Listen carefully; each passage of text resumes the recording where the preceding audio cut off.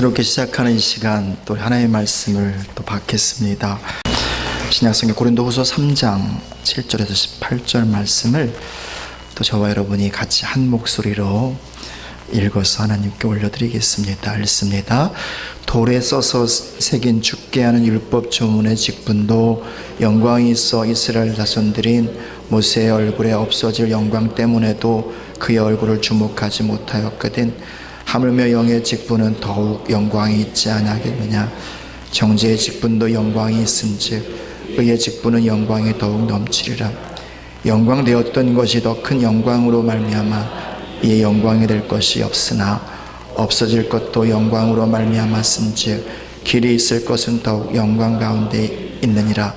우리가 이 같은 소망이 있으므로 담대히 말하노니 우리는 모세가 이스라엘 자손에게 장차 없어질 것에 결국을 주목하지 못하게 하려고 수건을 그 얼굴에 쓴 것 같이 아니하노라. 그러나 그들의 마음이 완고하여 오늘까지도 구약을 읽을 때에 그 수건이 벗겨지지 아니하고 있으니 그 수건은 그리스도 안에서 없어질 것이라. 오늘까지 모세의 글을 읽을 때의 수건이 그 마음을 덮었도다. 그러나 언제든지 주께로 돌아가면 그 수건이 벗겨지리라. 주는 영이시니 주 영이 계신 곳에는 자유가 있느니라. 우리가 다 수건을 벗은 얼굴로 거울을 보는 것 같이 주의 영광을 보매 그와 같은 형상으로 변화하여 영광에서 영광에 이르니 곧 주의 영으로 말미암음이니라. 아멘. 할렐루야. 그래서 성가대가 찬양해 주신 것처럼 2019년도죠. 모든 시간 여호와 하나님을 목자 삼으시고 하나님의 품 안에서 부족함이 없는 삶을 사시기를 축복합니다. 제가 이제 등산을 가끔 아침에 잠깐 가는데요. 가끔 가다 보면 한 30-40년쯤 이렇게 자란 것처럼 보이는 나무가 쓰러져 있는 게 보여요. 보면 둘 중에 하나예요. 뿌리가 상하거나 썩어서 그 나무를 지탱하지 못하거나 뿌리가 너무 얕게 박혀서 그 무성한 나무를 견디지 못해서 넘어지는 거죠. 여러분, 우리 인생, 우리 존재에 뿌리가 있어요. 무엇이냐면 영혼인 거예요. 우리 존재의 본질은요, 영혼인 거예요. 그걸 언제 아느냐면, 참 안타깝지만 죽을 때 알아요. 인생의 끝자리에 가보면 이 육체는 그냥 고기 덩어리고요, 결국 심장 멈추면 그냥 흙이죠. 우리의 진정한 본질은 육체가 담고 있는 영혼인 거죠. 다시 말하면 우리 존재와 우리 삶의 뿌리, 그것은 영혼이란 말입니다.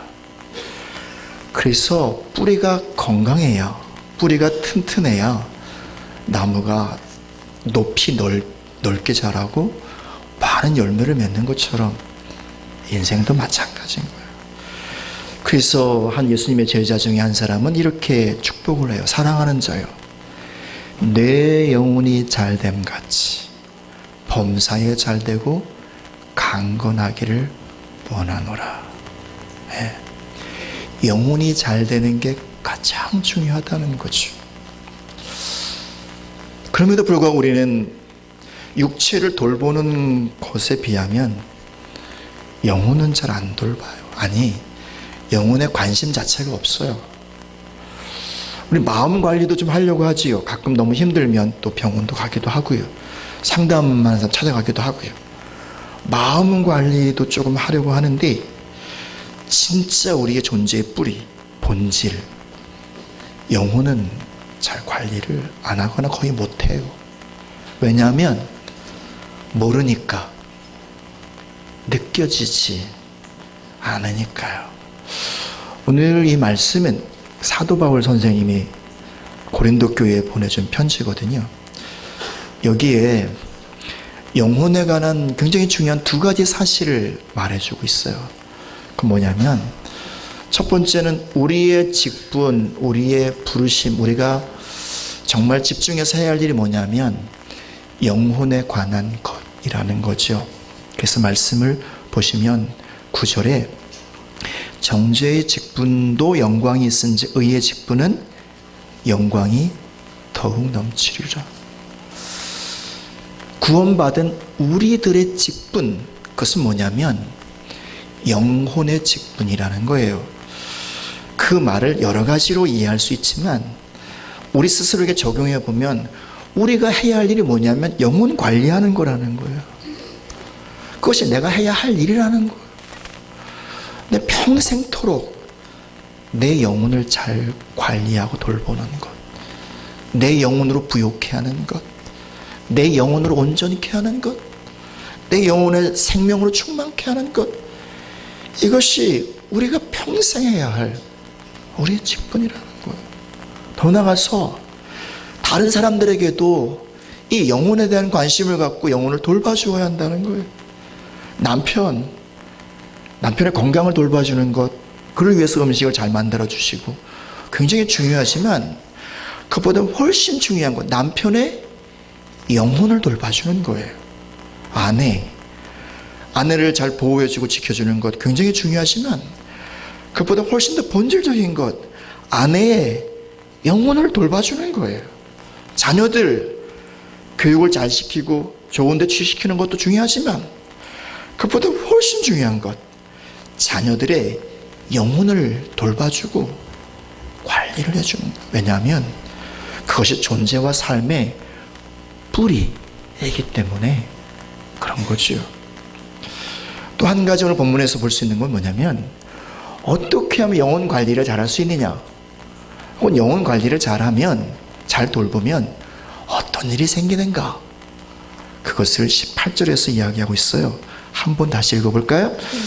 우리가 다 수건을 벗은 얼굴로 거울을 보는 것 같이 주의 영광을 보매 그와 같은 형상으로 변화하여 영광에서 영광에 이르니 곧 주의 영으로 말면. 무지하게 어려운 말인데요, 저도 잘 모르겠어요 무슨 말인지. 근데 이 앞에 있는 말들을 보면 조금 이해가 돼요. 어떤 말이냐면 옛날에 모세라고 한 사람이 율법을 받기 위해서, 십계명 받기 위해서 하나님을 40일 동안 만났거든요.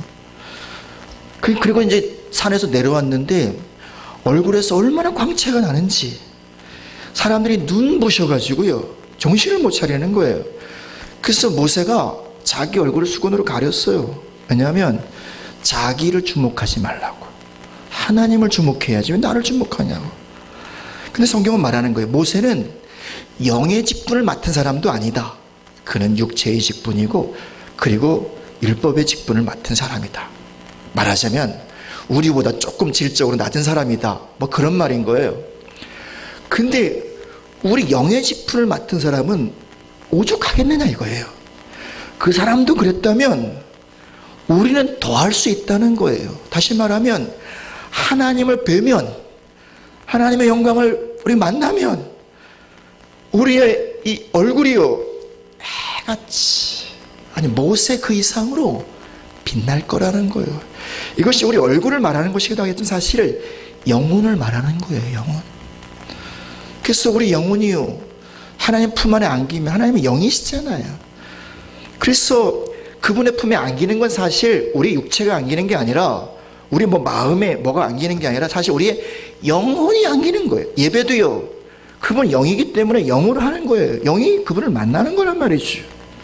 그래서 영이 그분의 품에 안기고 그분의 얼굴을 뵈면 뵐수록 어제보다 오늘 더 하나님을 닮아가는 거예요. 오늘보다 내일 하나님을 또 닮아가는 거예요. 뭐가? 영혼이요. 영혼이 그렇게 하나님을 또 닮아가고 빛으로 채워지고 아름다움으로 채워지면 그게 뿌리잖아요. 그러니까 마음이 하나님을 닮기 시작하는 거예요. 다시 말하면 성품이요 하나님의 성품으로 닮아가게 되는 거죠. 그 마음이 그러면 이제 말하는 게 하나님과 비슷해지지 않겠어요? 살아가는 게 하나님의 모습이 조금씩 나타나기 시작하지 않겠어요? 그것이 바로 세상 사람들 앞에 드러나는 하나님의 얼굴인 거죠. 세상 사람들은 하나님을 만날 수가 없어요. 아니, 만나고 싶은 마음도 없고, 그지요? 만나려고 하지도 않아요. 하나님을 인정하지 않으니까.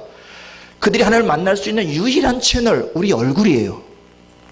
우리의 언어, 우리의 행동이란 말입니다. 근데 여러분, 억지로 위장해가지고 폼 잡고 성경책 끼고 다니면서 폼 잡으면서 이렇게 목소리도 홀리하게 사랑하는 아들아 이런다고 뭐 거룩이 나타나나요? 아니죠. 속이 거룩해야죠. 뿌리가 생명이 있어야죠. 뿌리가 아름다워야죠. 영혼이 하나님으로 그렇게 바뀌어져야죠. 그러면 마음도 이제 삶도 그렇게 하나님의 얼굴로 닮아가게 된다는 거예요. 저는 우리 교회와 우리 모든 성도가요 2019년도에는 그렇게 좀 영에 관심을 가졌으면 좋겠어요. 나의 영혼, 그리고요 상대방의 영혼이요. 뭘 좀 잘못해도 그거 잘못할 수 있어요. 나도 잘못하잖아. 나도, 그죠? 나는 뭐 똑바로 하나요? 다 똑같이. 그게 좀 잘못한다고 이제 뭐라고 그러지 마시고 이제는 영혼에 관심을 갖고 그의 영혼을 축복해 주는 거예요. 더 나아가서 나의 영혼에 좀 관심을 갖고요, 내 영혼을 좀 보살펴 주는 거예요.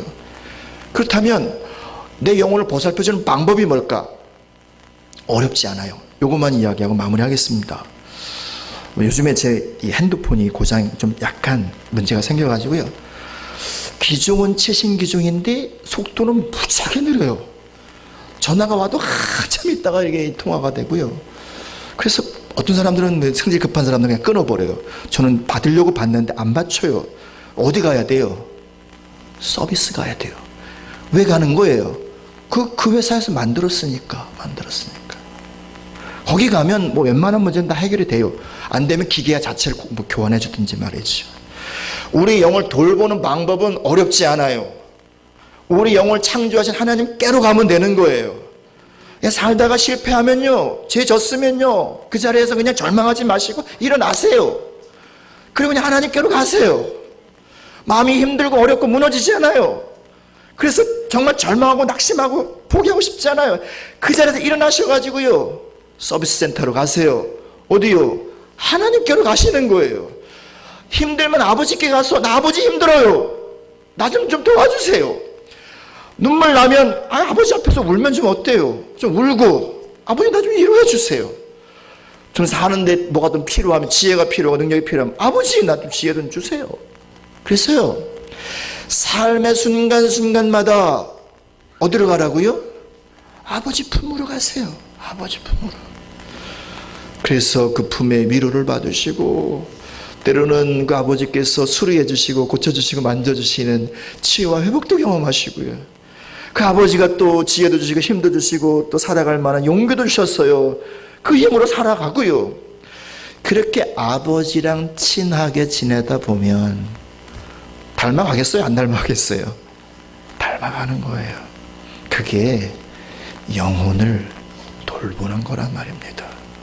아무튼 2019년도 이 한 해 동안 나의 영혼에 좀 관심을 가져보세요. 그러면 진짜 알아지는 게 있어요. 영혼이 느낌이 있기 시작해요. 영혼에서요 감각이 생겨요. 영혼에서 어떤 이것들이 움직여지는 것들이 알게 돼요. 아, 이게 영혼이구나. 이게 진짜 영혼이구나. 그럼 진짜 하나님의 영을 느끼기 시작해요. 다시 말하면 성령님을 느끼기 시작한단 말입니다.